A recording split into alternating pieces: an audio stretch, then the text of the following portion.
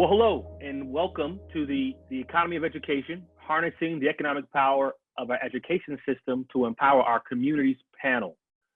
It's exciting to be here with you all with 100 Black men. My name is Curtis Valentine. I'm an at-large member of the Prince George's County Board of Education in Prince George's County, Maryland.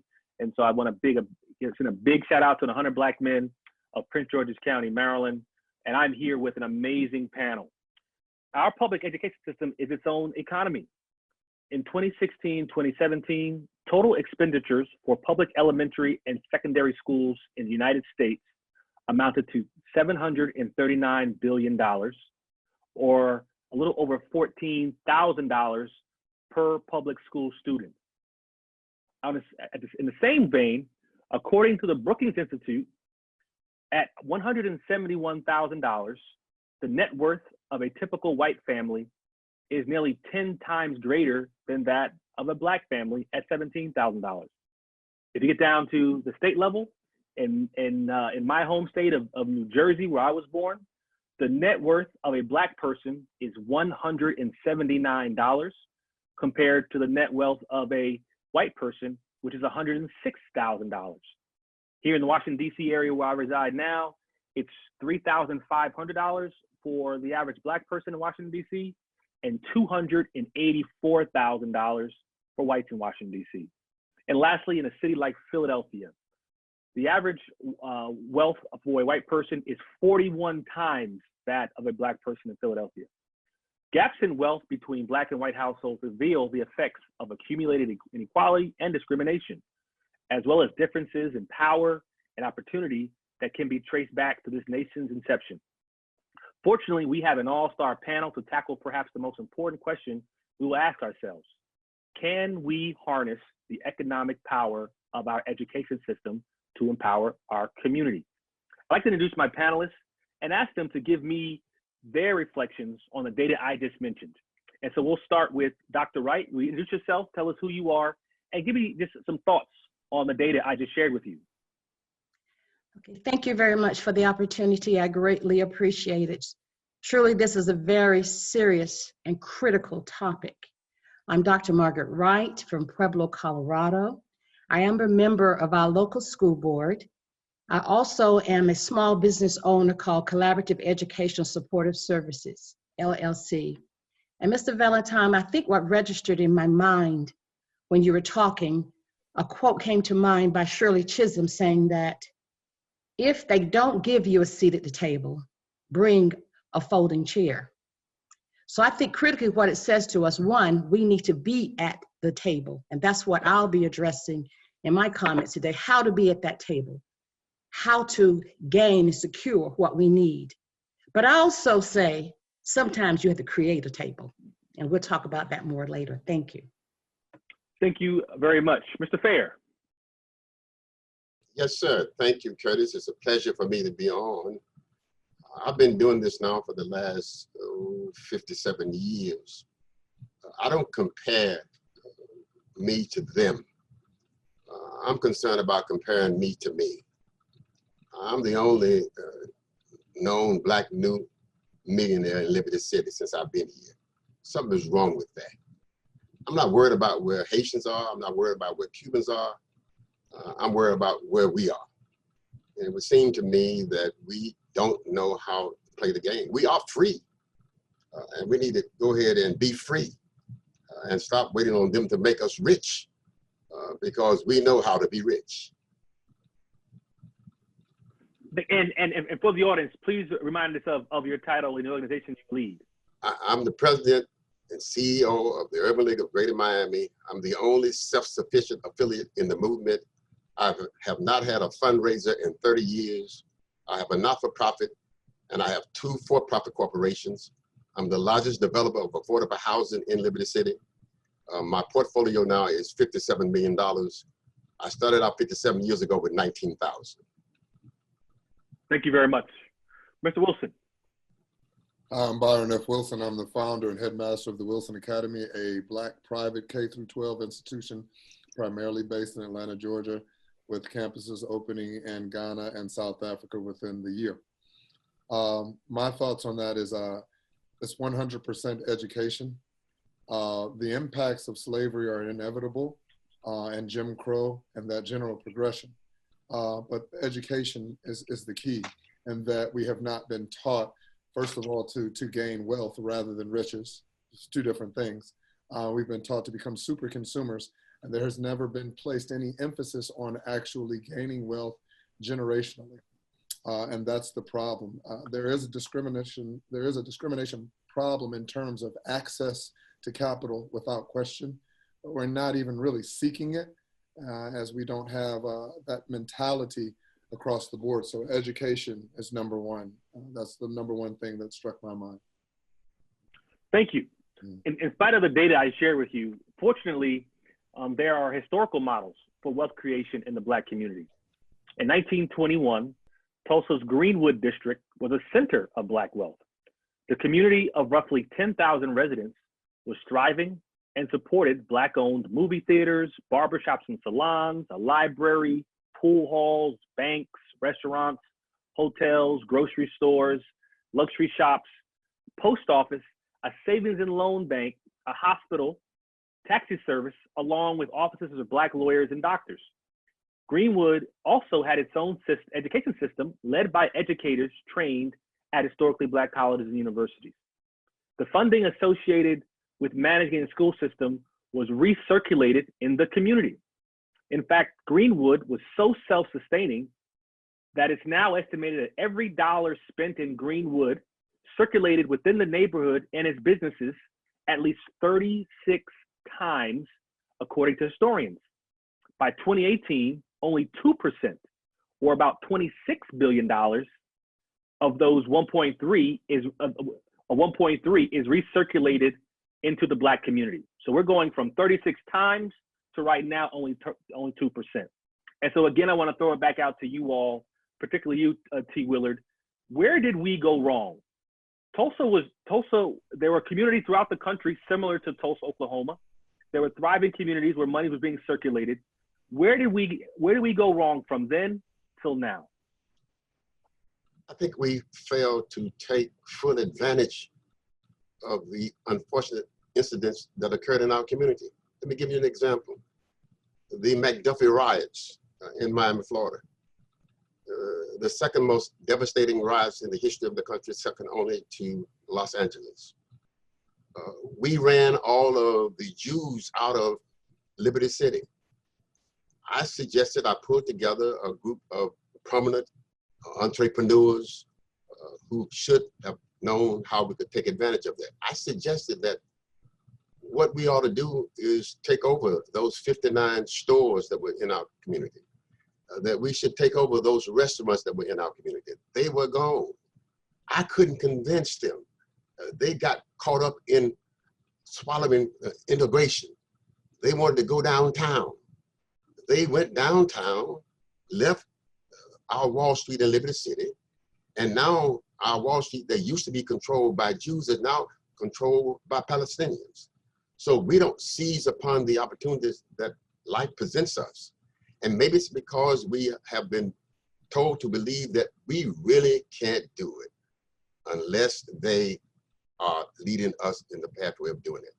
So I think the opportunities are there, but we don't have enough strong leadership that's committed to one basic premise, and that is you cannot be afraid to fail. It will not be the first time. You cannot be afraid to fail. And if you fail, it has nothing to do with racism. Most of the time it has everything to do with the decisions that you make, or maybe it was not the right decision at the right time.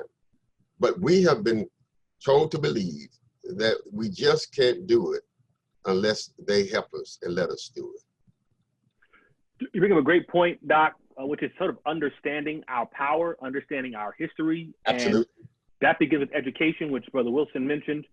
But Dr. Wright, how does our understanding of communities like Greenwood and our human potential, which is what Brother Fair is talking about, impact our strategies moving forward? How does understanding where we've come from impact how we go forward?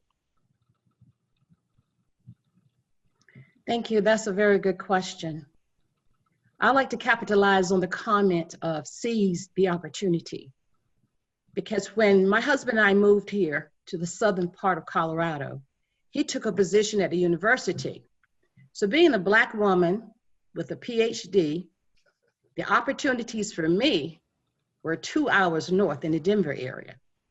And when we talked about that, we decided that was not going to work for our family, me to drive back and forth for 2 hours, even though the university offered me a place to stay up there. Don't think so. So seizing opportunity. Well, you remember I said earlier, sometimes you have to create a table. You come to the table, you create it. So what I did was I tapped into this area. I looked at the need in the community. I decided education was a critical need. Having been a principal in a juvenile prison, having been a principal at a mental health facility, having been a principal education director in a children's hospital, I saw the gap where children, when they were leaving those facilities and tried to come back to the public schools, they were failing. Although they were doing well in our institutions, when they left, they failed. So I decided to create a business called Collaborative Educational Supportive Services. And my job was to connect services, provide transition. So I feel the need. But what I had to do is you can't just come to the table, you have to be prepared to eat. So I found out about SCORE, which would help provide a mentor for me to help establish a business free. I also found out about Small Business Administration free. I found out there was a local program called PETCO for economic development, and they had an incubation program that if you wrote a business plan and you came into their entity, they gave you office space practically for nothing, including utilities. I can't even name all the resources. So the Small Business Administration helped me write my business plan. And therefore, then I connected in the community. Don't want to go much into that, except that you also have to network and partner with people. Sometimes you partner with people doing the same as you. Sometimes partner with people doing opposite what you're doing, because you still would fill a gap. To make a long story short, I also got accepted into a program now with Minority Business Office called Bid Advance Program. I found out how to tap into the vendor service system here in Colorado. And I applied, and so now I get emails every day of opportunities for me to bid for in terms of contract. That's just the beginning, but we have to seize the opportunities. Thank you. Thank you very much. Byron, talk about Tulsa, talk about Greenwood, these places. People romanticize about the past and what could have been. The question is this model of recirculating Black wealth within the communities with Black businesses something we can replicate in 2020? Absolutely, but there's a multifaceted issue here. Primarily, it's us embracing integration is the problem, to be honest. What you notice from other ethnicities and minorities in particular, and we're a minority, we only make up 12% roughly of the population. What other minorities are doing is they insulate themselves first. There's a separatist identity that's established first, even in other countries. And you look at apartheid in South Africa, and you know very well, there's Turkish schools, there's Jewish schools, even here, there's Jewish schools here. We're the only ones that seek to integrate without first insulating ourselves. And as Brother Fair said, we just don't want what's ours. We don't want what's ours. We gave up we had a whole baseball league. They let one brother play baseball, and we gave up a whole league.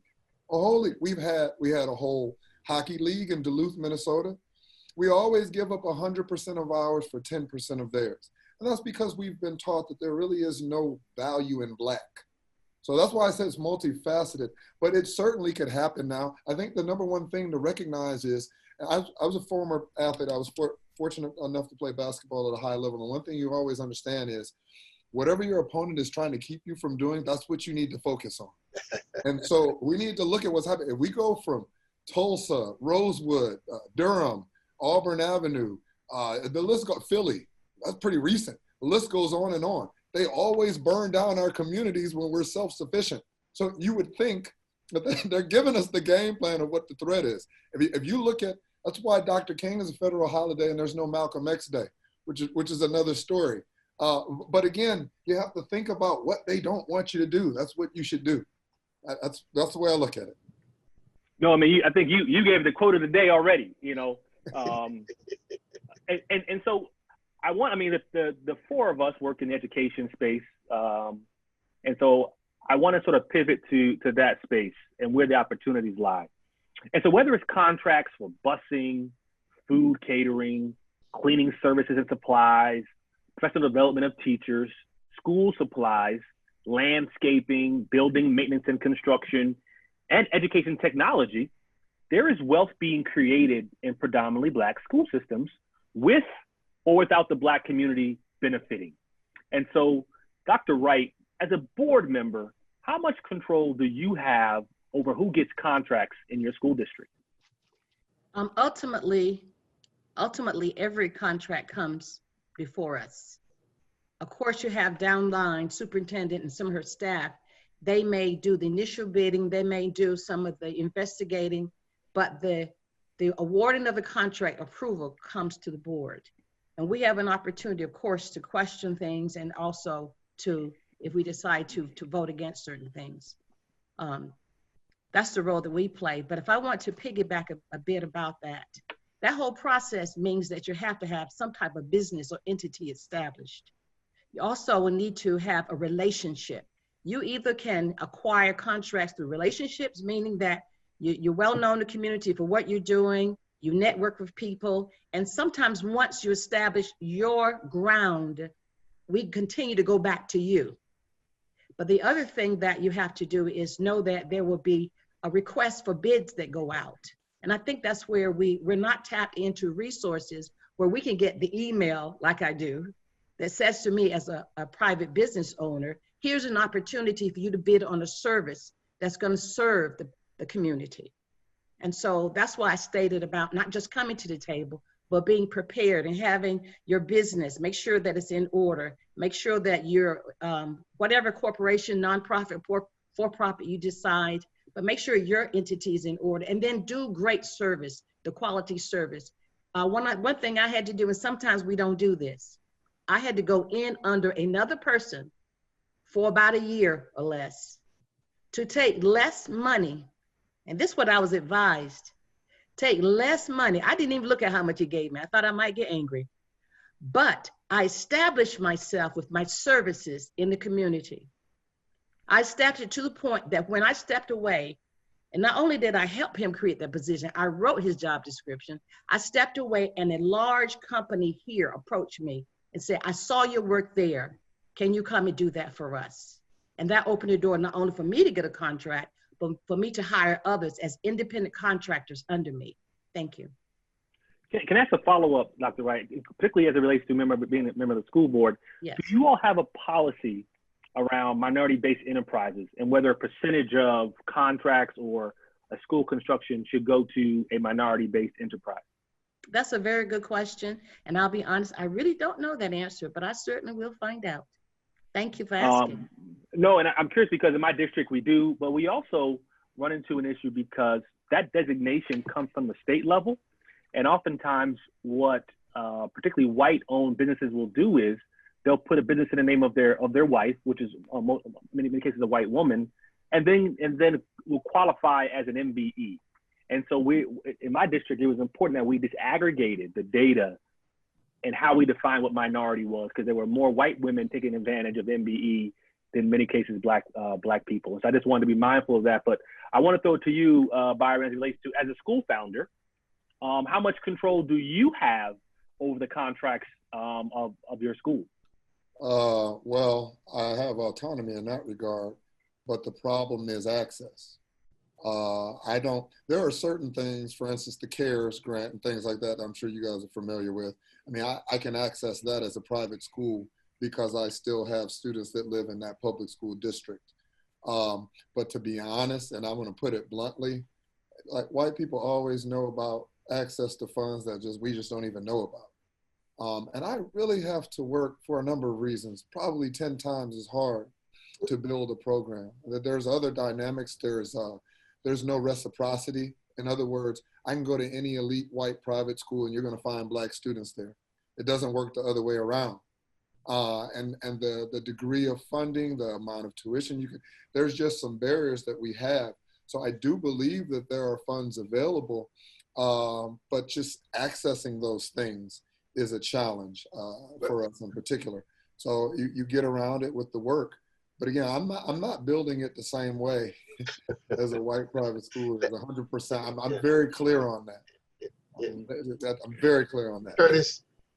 Yes, sir. And I want to come before you too. I have a question for you, and I want you to sort of. I know you have some comments, and this is relating to what you heard from both, Dr. Wright and from Byron about their roles in their two different types of school: a traditional public school system, and in Byron's case, a private school, and this idea of what leadership structures or style. I know you have experience opening a public charter school.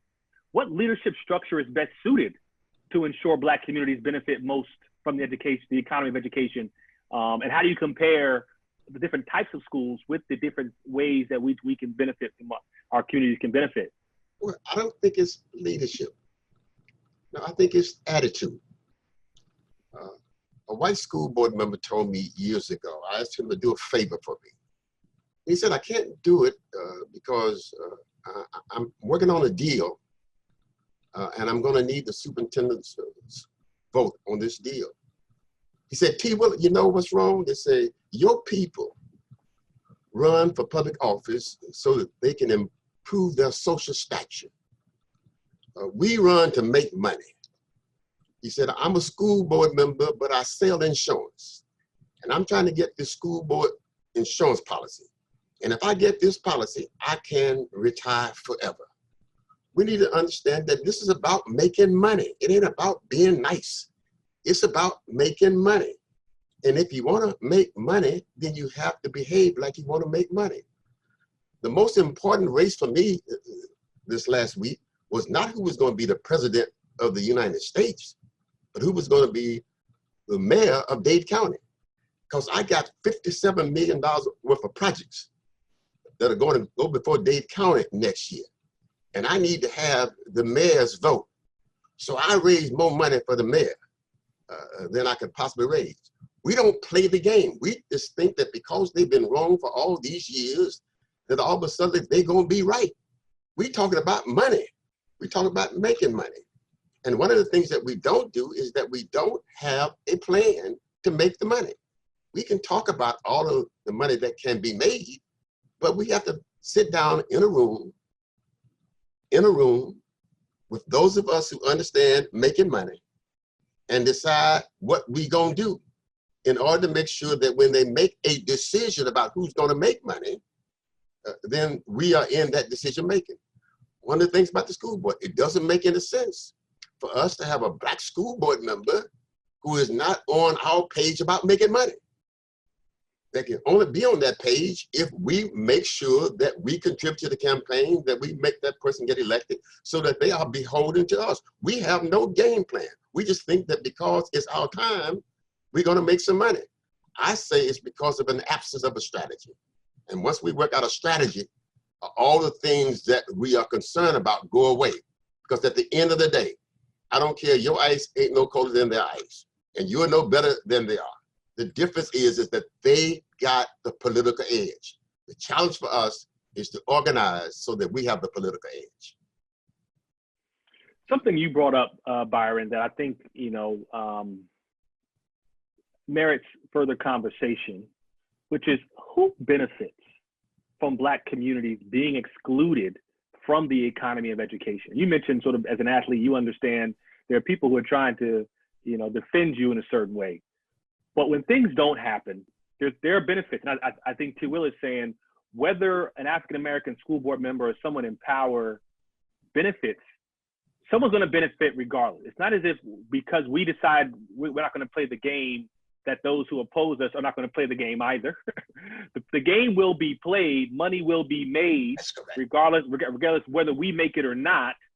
At the same time, we understand when we come into this space, we do care about the short and long-term success of our people, unlike any other group. But a question I have for you and for the rest of the panel is, who benefits most from Black communities being divided and excluded, and in a sense of not truly believing in ourselves and our ability to do this work? I'll start with you, Byron, but I open it up to T. Willard and also Dr. Wright as well. It's by design. That's how systematic racism works. That's why the US dollar You know, man, the Rand, that's like 18 Rand for $1 right now. That's why the dollar is so strong, because they've gotten free labor and it's a self-check program. You don't have to have a racist attitude to benefit from America as a white person. So it's a self-check. So obviously they're benefiting. I don't think that us being separated would be a problem if we truly understood exclusivity by design and group economics in that regard. As Brother Ferris saying, understanding to play the game. I see what you see, unfortunately, is there are some brothers who have acquired some resources and they're doing some things on the backs of brothers and sisters, but the decisions that they're making are really only to benefit themselves. And so what's happening is the community is holding them up, putting them in this position to do these things, and then they kind of leave that community high and dry. We haven't necessarily figured out how to help each other to win and also win as individuals. But what he's talking about, Brother Fair, getting in a room, if you all understood how hard I try, I mean, I'm not gonna call people out right now, but there are some people who have a lot to say about what they do in the community that live here in Atlanta. I have their cell numbers. I call them all the time. Hey, let's meet for lunch. Hey, and they just don't want to do it. Like they're really just out for themselves. But we're not in position to play the game in that way because we're hurting as a people. If you can't circulate your own dollar, then ultimately we're going to fail as a community. So I think that it's just, we don't trust each other. I mean, it's just a lot of talk for many people, not for everybody. Yeah. And I guess my question is, I guess, to you, T. Will and Dr. Wright, can we do both? Can we both benefit financially, but also ensure that those who need the money the most get it? And so there are examples, particularly of African-American leaders in cities, whether it be on the school board, you know, mayors, who have benefited financially from their jurisdictions at the expense of the very people who they said they cared about and loved. Can we do both, and if so, how? Well, I don't think you can do both. Y'all gonna put me off this panel because I do it separately. Addressing to what Byron was talking about, I used to write a column in the local Black weekly newspaper. It was the most read column in the history of the paper. The paper came out on Thursday, and when my article came out, they sold out. Because every year I gave out the Nigger of the Year award. The Nigger of the Year award. And that was those individuals who pimped on us, you know, who were worse about our progress than white people were. And I called them out. And that's all the white folks wanted to do, was somebody to have enough nerve to call them out. And I killed them. I'm more concerned about Al Sharpton than I am about Donald Trump.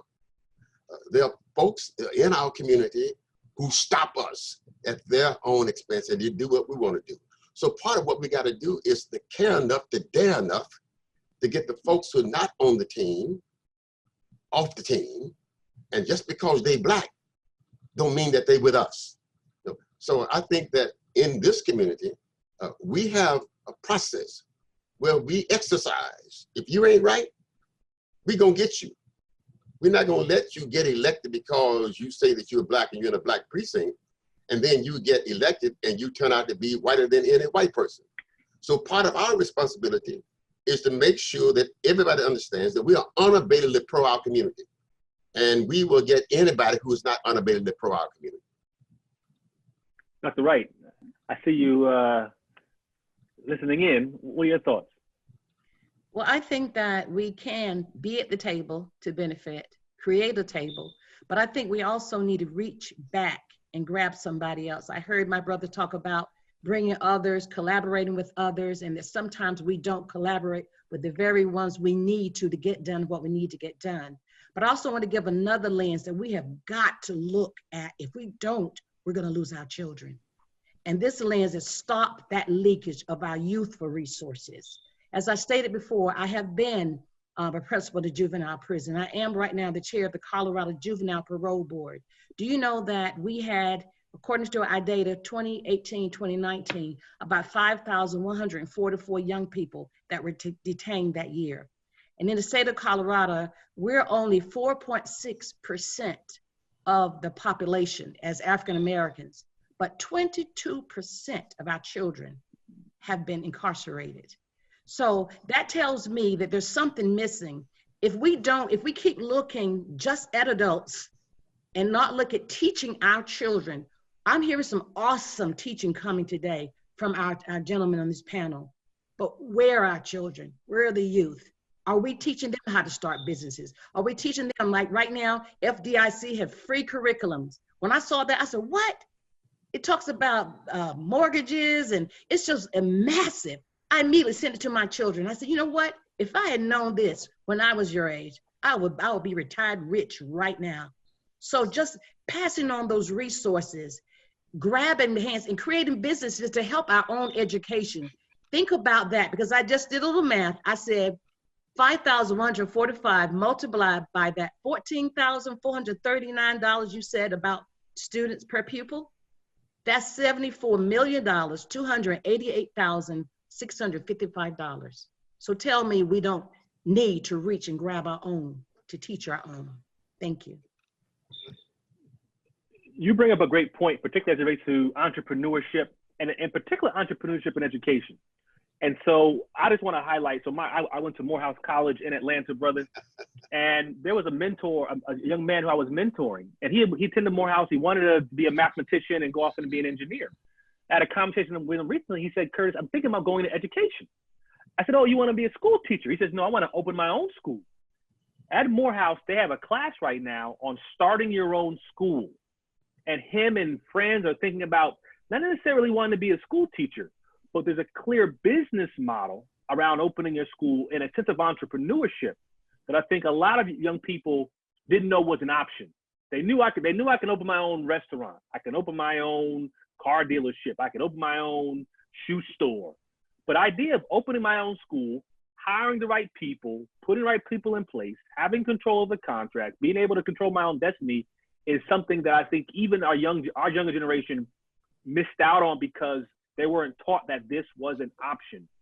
How do you all feel about how we teach young people coming up now about how they can build business and a career in education, not related to actually teaching in the classroom? I'll answer that. We do that. That's part of our curriculum. We have a financial education focus. So that's a part of what we do. In fact, one of my groups, they have entrepreneurship as a class. And really your grade is how you run your own business. So the projects are built around, and they're playing with real money. We came in second in the state last year in the stock market competition, where you basically actually buy stocks. And it's public and private schools. We came in second in the state, so we did very well in that regard. So we always have an emphasis on that. And I think that's something that Morehouse class would have been great. I just certainly didn't have that. I'm just trying to figure things out, as a young 20-year-old figuring out with no resources. So that's a beautiful thing that they have that. But I do think broadening our horizons in terms of what they think is possible, and bigger than that, what they think the purpose of money is, we have to switch. You're either a consumer or a producer. And so I spend a lot of time talking about, hey, let's be a producer. So I think that's critical as well. One of the things that we have coined in response to the virus, and that is, if you want the rest of your life to be the best of your life, then you must live the rest of your life like colored people live their life. I grew up when things weren't colored. And you talk about Wall Street. Let me tell you about Winston-Salem, North Carolina, where I grew up. Winston-Salem, North Carolina was a segregated community like any other community in the South. But the colored people in Winston-Salem figured out that they could also be rich. The first public utility company owned by a Black person in the United States of America is in Winston-Salem. It's called the Safe Bus Transportation Company. They wouldn't let us ride on the white buses. We had to sit in the back. So we created our own bus system with our own uniforms, with our own buses. The first cab system, Harris Cab, Kansas City Cab. The Bluebird cab was the white cab. It would not come into the colored community unless it was raining, unless it was coming to my mama's house, because she was Miss Maylou Fair. She was a Christian lady, so they could take her around. So we had the Harris Cab and the Kansas City Cab. That was owned by Black folks. So we created our own system. We still can do that. The problem is that the children today don't see any evidence that that can be done. That's why we're working in Liberty City. And we've identified all of the vacant lots in Liberty City. And we're politically getting those turned over to us so that we can build some affordable housing and bring some of those Black people who are successful, who are rich, who have moved out, so that my children can see that everybody, every day, don't walk around with their pants down below their butt. That there are some men who go to work, there are some men who work for a living, and they see them. What happens is monkey see, monkey do. If you see nobody who is successful, then you think that that's what it's all about. So we have to create an environment and a circumstance in our community that makes what we're talking about believable. Well, you're speaking my language, and this is the next question I have, particularly around strategy, planning, and moving forward. And so for me, before you strategize and you plan, there's an idea of envisioning like what this looks like. So what's on the back end, and then we can backward map ourselves into how we get there. And this is to everyone on the panel. What does this new Winston-Salem, this new Rosewood, this new Greenwood, Tulsa, Oklahoma, for education look like? I mean, for those who are listening in, who are not working in education or don't have this as a background, what does this look like as it relates to us as a community having full control over the resources that come into our community, particularly around education, and how that impacts all the businesses that encompass that school? Paint a picture for those of what it would look like in your mind if we had full control and benefited from the resources that come into our cities and school systems. I think I break it down into three facets, to be honest. I look at the traditional public school, then the charter school, which is essentially a public school, but you have a little bit more leeway, and then the private school sector. To be honest, the private school sector would have to lead the way. I have the freedom. We have our own curriculum. So I can implement the things that work. I can teach to my students. I can say, we need to replace this class, this is more valuable. We would need the autonomy to do that. There needs to be more Black private schools, that's number one, and not necessarily Christian-based schools. It's not something I necessarily need to get into, but they have their own structure, and it's not necessarily going to give what it is that we're looking for, not that they don't have any value. And then the charter schools, because they'll have a little bit more leeway in terms of the curriculum that they can institute and their focus, but then holding the public school system accountable. But the bottom line is everybody can't get into the charter and everybody can't afford private school. So the bulk of Black students will always be in public school. So hold them accountable, like stop. So I have a lot of friends that are public school teachers. If they don't offer spaghetti dinners, the people don't show up to the PTA meetings. And this is in Metro Atlanta. So we have to start learning how to hold the school system accountable. I'll give you a great example. When I first moved here, they were building new Marietta High School, but also MLK High School that was in South DeKalb. Both were essentially identical buildings, started at the same time. MLK didn't open on time. They announced that both schools were behind. Those white people went down there in droves and made sure that Marietta opened on time for the first week of school. MLK, they didn't have that same type of outrage, and they opened up a few weeks later, but also in trailers. It's us holding them accountable. If you're gonna send your kid to public school, you're in Prince George. So Prince George and DeKalb County, they go back and forth as the 1 and 2 with the most affluent Black populations, right? So it makes no sense. And this is actually my community. So it makes no sense that you have these $1 million homes. And some of the schools in our district, I would never send my child. I mean, you don't see that in other communities. You don't see white communities or Jewish communities where you have $1 million properties, but a garbage school, public school system, where kids are being raped in the bathrooms. I'm not making this up. It's literally happening. So it's accountability. It's accountability. Like that's on us for allowing these low standards to continue to exist. Dr. Wright. I just want to say that I do appreciate what he's saying about those three entities, but also you can have educational entities in your community that augment what is being done and not being done in public, private, or charter schools.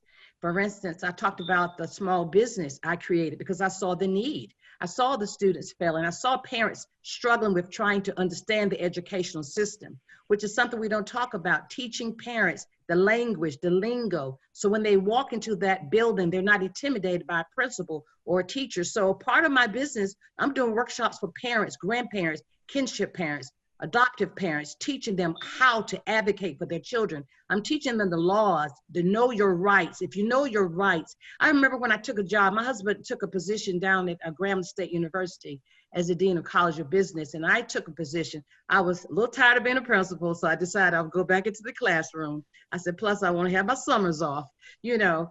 And I went into this program as a gifted teacher for students 7th and 8th grade. Students reading on a college level. When I walked into the school, I found in the library the highest level books. And we're talking about an inner city school. So you talk about 99.99999% Black. And I walk into the library and the books are on 5th grade levels and a few on 8th grade level. Well, these kids are reading college level. I was livid, but guess what? As a teacher, years ago, I knew about this. So those books that were thrown away from the public library, I took the classic Black literature. I had boxes of books that I traveled with me. I set them up in my classroom. And not only did I expose the children to that, I taught them their rights. I taught them what their rights were so they would know. So part of it, you have to augment what's not being done. I think sometimes we look for entities to do it for us, but you cannot. We have to create it for ourselves. The second thing we've done here in Pueblo is my husband and I just started Pueblo Empowerment Community Development Corporation. There's going to be an arm of entrepreneurship development where we're taking young people, teaching them about businesses, how to start them, what to do. There's an education component, Read Center. Some can't read, let's be real. Without the reading skills, how are you going to accomplish? And then the other part is affordable housing. So I do say that, yes, we have public school, private school, charter schools, but sometimes in the community, we're going to have to build what is not there to create a table in order to serve our population. I just want to put that out there. Thank you. The reason why colored people in Winston-Salem survived in spite of segregation, it was because of the attitude of the adults to whom the children belong. They believed that in spite of, that if their children got educated, their life would be better. And they instilled that spirit in them. What's missing in Liberty City is that the adults to whom the children belong to have no value on education. Just think, if they turned out in mass as they did to vote for Trump or Biden at the next PTA meeting, we'd bring about some significant changes in the 13 schools that are failing in Liberty City. The issue in Liberty City is the adults to whom the children belong no longer value education. They see the school as a place you send them because the law says that you must send them when they're 6 years of age. It does not say that you have to be concerned about what happens to them once they get there. Just send them and you are in compliance. So we've got to change the attitude about the adults to whom the children belong, about the value of education. Until we do that, it doesn't matter at all. Because I'm sitting here now because my mama and daddy decided that education was important. And my mother said to me, the report card has two sides. On this side, it's the grades. On the other side, it's deportment. I don't know anything about teaching, but I know a lot about behavior. And if you don't behave, you belong to me. So I came and I got rewarded.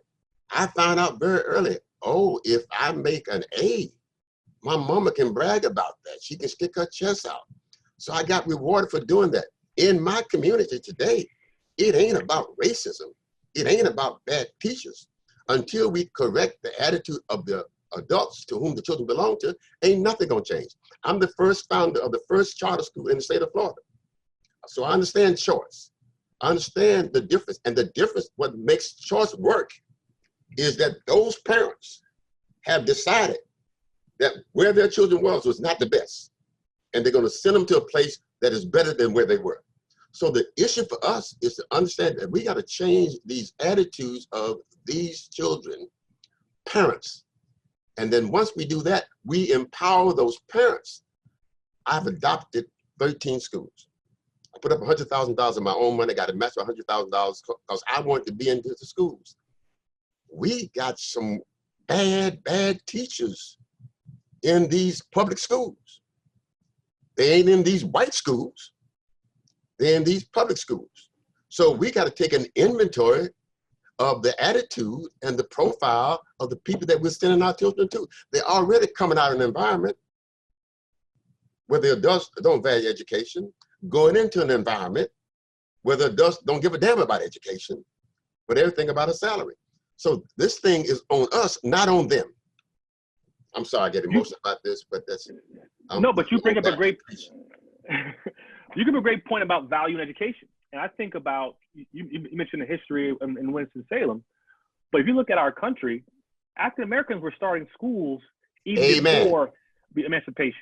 Amen. Stories of the Freedmen's Bureau coming to the South and the community trying to start schools, and schools were already being started. So we understood that, right? We knew that in spite of segregation, if we got educated, from Thurgood Marshall, if we got educated, that we still could navigate just like everybody else. But if you can't read, you can't read. Yeah. And so Byron, but Byron, you're part of a long tradition of African Americans starting those schools going back hundreds of years. But again, we have to tell that story. I give my own story. My great grandparents started something called a Rosenwald School in Mecklenburg County, Virginia, and that school was found. It was a quasi public school because 1/3 of the money had to come from the community, 1/3 came from a white philanthropist, and 1/3 came from the government. And so it was a unique quasi charter private situation. I also tell that a cousin of mine started his own bus company from that school, and his children were the bus drivers. From that business, he sent 7 children to college. Sounds American to me. St. Paul College, Virginia State University, Virginia Union University, and then right now, to this day, my family owns over 130 acres of land in Southern Virginia from this entrepreneur that came out of the production of a school over 100 years ago. And so the long-term impact of someone like myself sitting right here before you with my degrees and everything I have was a dream and a vision of someone who didn't have a high school education, did not have a lot of the education that I think people think is a prerequisite for value in education, but knew one day my great grandson, Curtis Valentine, is going to be sitting with good folks like you three because of what something I put in place into I think to T. Willer's point. I don't believe anything they're saying about who I am as a Black person in 1915. And so my question to you all is, what is a long-term impact? So this world we're dreaming of, right? What is a long-term impact of Black communities benefiting from everything we're talking about? And everything we say we need to happen happens. What is a long-term impact for individuals, but also for us as a people? Mr. Valentine, before we go to that question, if you don't mind, I'd like to make a comment about what you've just said. What came to mind about the mindset of people and the attitude of our young people is context. And sometimes in learning, if you don't teach them the context, how does this apply to my life? They don't connect. We don't understand why they don't connect. For instance, when I was a vice principal in the juvenile prison before I became principal, they told us to mentor some of the kids. So I chose the ones that got kicked out of class. I chose the ones I found in the hallway sitting by the door that the teacher had said, get out. And we had conversations. But one thing I noticed when I sat down with that student and I pulled out your skills, your ability, your goal, what is your goal? All right, here's some steps to get to your goal. And we did a little plan. And those students began to use that plan. The teachers began to use that plan. The behavior of the children began to change. And the children began to excel. Why? Because they understood the context of education. So sometimes we use the words, we put it out there, but how does it apply? So for future, if we don't, again, that's my heart. If we don't grab our children, if we don't teach them now what we know and scaffold it, because every one of those examples you guys gave, somebody taught somebody. Mm-hmm. and somebody mentored somebody. And somebody reached down and grabbed the hand of somebody. So my plea today is in all that we're doing, and I'm so excited to be a part of this panel with these awesome men. I'm grateful, thank you. But save our children, please. Thank you for what you do, because you're doing it. But let's build that scaffold so they can see how they fit in with all of this. Then that gives them a future and a hope. And that's what's missing, hope, a future and a hope. Thank you. I mean, T. Willard, but how do you talk to students, to parents, to your community members about what the world looks like if the world that you want to see comes to fruition? Well, I've adopted 13 schools in Liberty City. They're all underperforming schools, have underperformed since I was chairman of the State Board of Education. That was some 15 years ago. They underperform not because of the inadequate distribution of resources, because we got the same kind of resources that they got in Coral Gables by the sea. So that's not the issue at all. We have to restore value to education in the community. And as long as the adults to whom the children belong to don't think that education is important, then the children will not pursue it successfully with vigor. As long as the adults to whom the children belong to think that the school is a place that you send them, because the law says that you must send them, then they will simply go and not perform. Those of us who are on this panel have already said that we are here because the adults to whom we were born to in charge of said that education was important. And they did everything to make sure that you succeeded. You couldn't make a C in my house. It was just unheard of. My parents said, we don't have any dumb fairs. You know, it may be some dumb Thompsons, but we don't have any dumb fairs. Education was important. We don't have value restored to education. So our campaign is about restoring value to education in our community. We reward our mothers who live in our units if they completely participate in quote unquote PTA meetings. We reward mothers in our community if they are involved in civic projects in the community.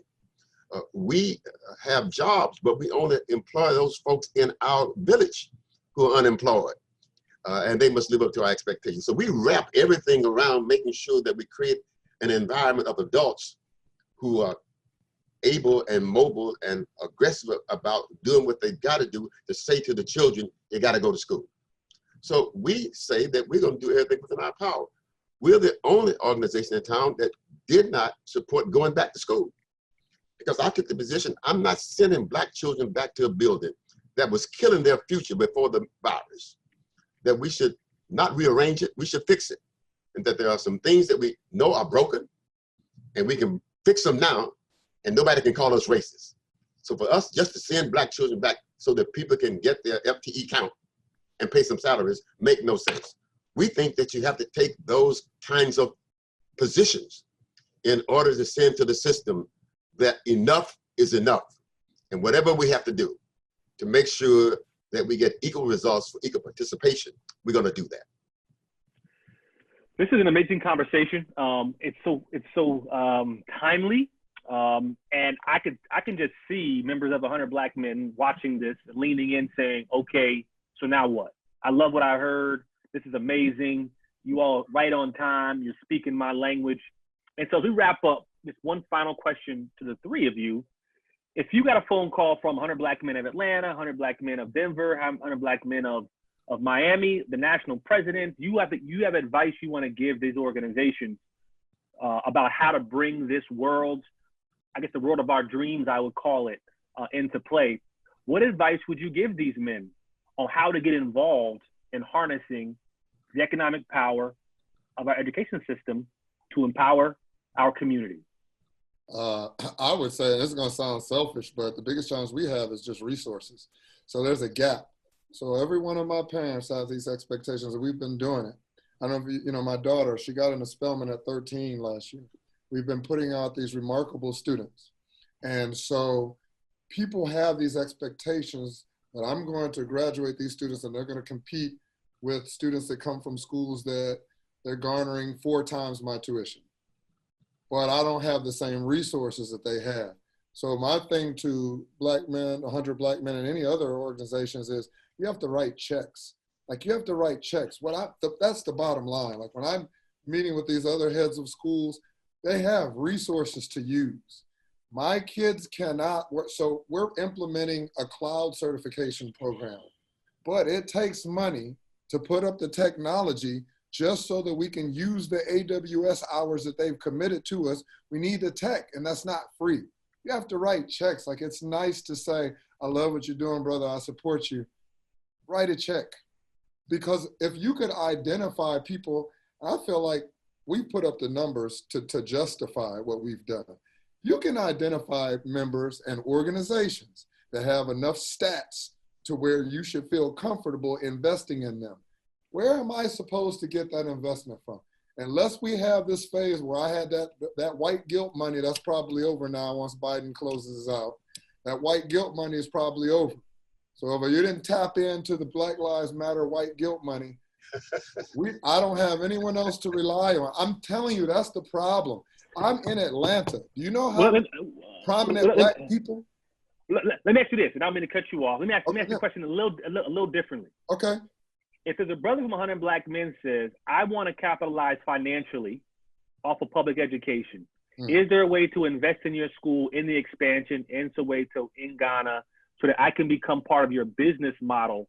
In addition to everything else you're mentioning, how can these brothers who are 100 Black Men who are saying, I want to become part of the business model around education, how can I get involved? And again, I want to throw it back to the 3 of you. I didn't mean to cut you off, but I just wanted to clarify that. Yeah, I mean, it's a business like anything else. It's not like opening a restaurant where I put up a sign and say, try my wings, and you come by and you like my lemon pepper wings. You have to put up stats. Like people have to see that my kids are getting scholarships and going somewhere. So it's not fast money, and not everybody is interested in it, but it is still a business.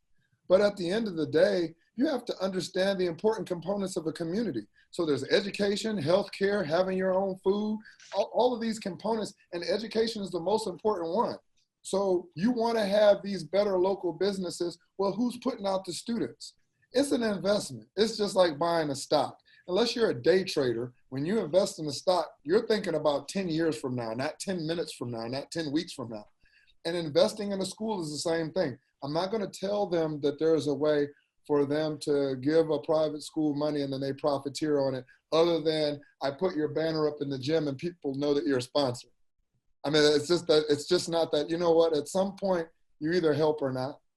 And it does help you on the back end, but I mean, I've just had to be honest about it. Thank you. Yeah. Thank you very much. Dr. Wright. I would say, first of all, to look at the needs in your community and do, as I said before, one, be at that table. Be at the table where the decisions are being made, where the contracts are being passed out. Secondly, if there's not a table, create one. And then be prepared and qualified to sit at the table. If you're not sitting at the table, you won't eat. And being qualified is make sure if I'm going to help Brother Wilson, then I want to make sure I have a business model, an entity in place where we can contract with him, contract with the public schools, contract with other businesses to get the monies that others are getting. So I need to have that knowledge. And I named several free resources that help me to establish my business. And finally, I think that we have to stop that leakage with our children. We have to continue to look behind us, below us, beside us, grab who we need to grab to move forward. And lastly, we can augment what is not being done. We need to fill the gaps, and we can fill those gaps. Thank you so much. Thank you. And last words, Brother Fair. Well, if you want to make money, you got to be aggressive about making money. This is not an item that you can simply pursue because you want to pursue it. Folks who want to make money figure out where the money can be made from. And then they put together a plan to make sure that they get some of the money. They dot all of the I's and cross all of the T's. This is the 7th annual report of the Dade County bond issue to refurbish all of the schools in Dade County. $1 billion project. $900 million has already been spent. I can assure you that when the school board started talking about this, we came together and became part of the conversation. I can assure you that when the school board decided that it had to go public in order to get the public to vote on this bond issue, we were aggressive in the colored community to make sure that we helped them to influence it. I can assure you that when the bond issue was passed, we had already identified what we could do. We can't do everything. Let's make sure we identify what we can do. And let's make sure that that's our piece. We're not going to argue with the Haitians about what they do or the Cubans about what they do. This is going to be our piece. What I'm saying is that we had us a plan. I can assure you that we identified the capacity. Ain't no sense us arguing about building the roofs if we ain't got nobody ready to build the roofs. So we made sure that what we argued about is what we could deliver. We had a plan. We made sure that the colored school board members, if they didn't vote on us, we was going to vote them out. We were serious about making money. We were not just talking. We had a plan. So we say to the 100 Black men, if y'all want to get involved, identify specifics, to develop a plan, have the power and the will to execute the plan. Don't worry if you fail. Don't say it's racist. Go back and figure out what you got to do differently, because this is about making money. This ain't about making integration progress. So the 100 Black men, find out how many of them want to make money, what skills they got for sale, what persons have to make those decisions for them in order to make money, and then let's go. We have demonstrated that it can be done. I started out with $9,000. I got $57 million now. And it's because we got a plan of action, and we will not be deterred because somebody says it's racist. I've been fighting it all my life.